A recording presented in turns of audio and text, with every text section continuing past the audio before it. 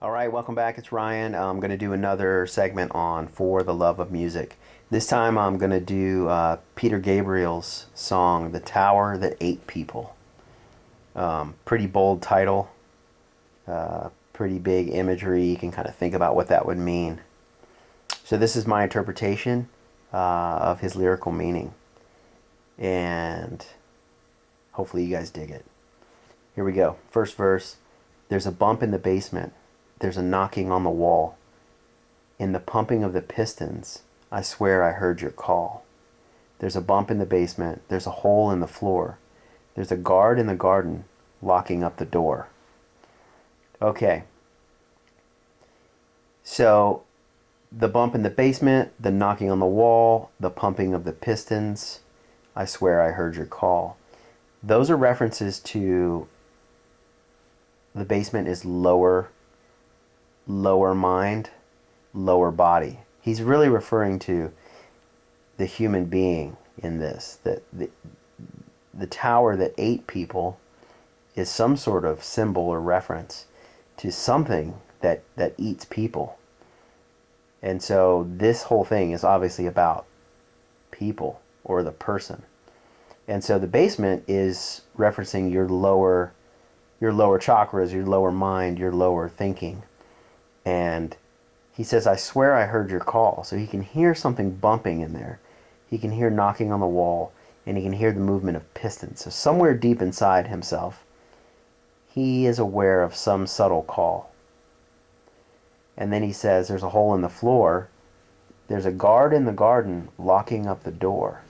Now the guard in the garden, this is referenced in all kinds of stuff. Everything from Shakespeare to William Blake to the Bible itself in the Garden of Eden to all sort of spiritual reference to the garden and the guard. And of course, the garden is paradise. And paradise is basically higher mind or higher consciousness. And so the guard in the garden is this thing that's inside you that's stopping you from finding you, or from letting you be authentic, or from loving your own self, or from gaining your own self-realization, or just from centering your own self within yourself. Okay, next verse. There's a rumble in the floorboards, no shutting out the sound, and there are workers below me digging underground. Feel the building all around me, like a wrap of armored skin. But the more we are protected, the more we're trapped within. Okay, it's fairly self-explanatory, some abstract thinking, but the same thing. Rumble in the floorboards, you cannot shut out the sound, and there's workers below me digging underground. So what he's saying is, again, he's aware of this inner call, and he can't shut it out. And he can't shut out the sound, and it's working within him underground. Then he kind of reveals here. He says, feel the building all around me like a wrap of armored skin. So there he's just letting you know that he's actually talking about the human body, the human being, as if it was trapped in a building or in a mechanical mode, and as if it was trapped in armored skin.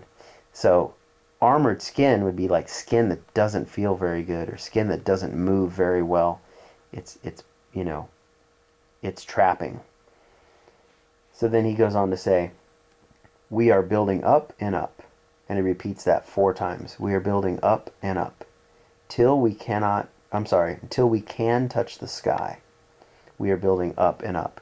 Okay, this is kind of referring to the tower, like, the Tower of Babel or Tower of Babylon was this idea that you build a monument, and that symbolizes the heights of man. And so theoretically, that monument should lift the consciousness of man, but until we can touch the sky.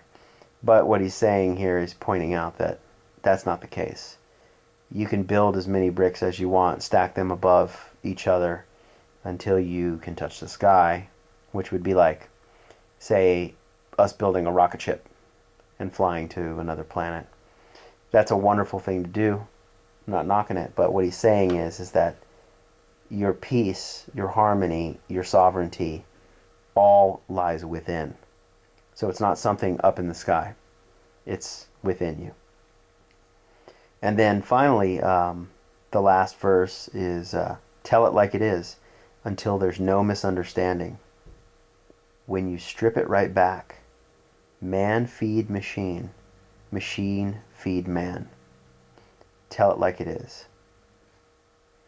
So that's straightforward. He's basically, this whole song is saying, tell it like it is. Be real. Be truthful with yourself until there's no misunderstanding. If you as a man feed the machine, then the machine will feed you. Now what he's really talking about here is that we're co-creators, and he's referring to, really deeply referring to, you know, your approach to reality is reflected back to you. So man's consciousness is specular, or it's like a mirror. So if you approach reality with fear and trepidation and lack and mechanism, then you're going to get that reflected back to you. So the tower that ate people is something that man is building, and like relying heavily on science alone, trying to explain the mysteries of being human simply by science alone. It's really not it's not probable or possible to actually come to self-realization through this, is what he's saying. So if you approach reality by building a tower to the sky, well, it's foolish. You're never going to reach God that way, or reach higher consciousness that way. So then the very last words, till there's no misunderstanding, make up what you like. Man feed machine, machine feed man. So there he just adds one little thing there. Make up what you like. So he's saying, you know, if you understand that you are co-creators of your own reality, and that reality is impartial, reality will reflect fear back to you if that's what you approach it with, but it'll also reflect love back to you if that's what you approach it with. So make up what you like and be responsible for it. All right, so that's my interpretation of The Tower That Ate People, Peter Gabriel. Brilliant song. Feel free to comment, or if you have any other input or insight, feel free to let me know, and also share the video if you dig it. Right on.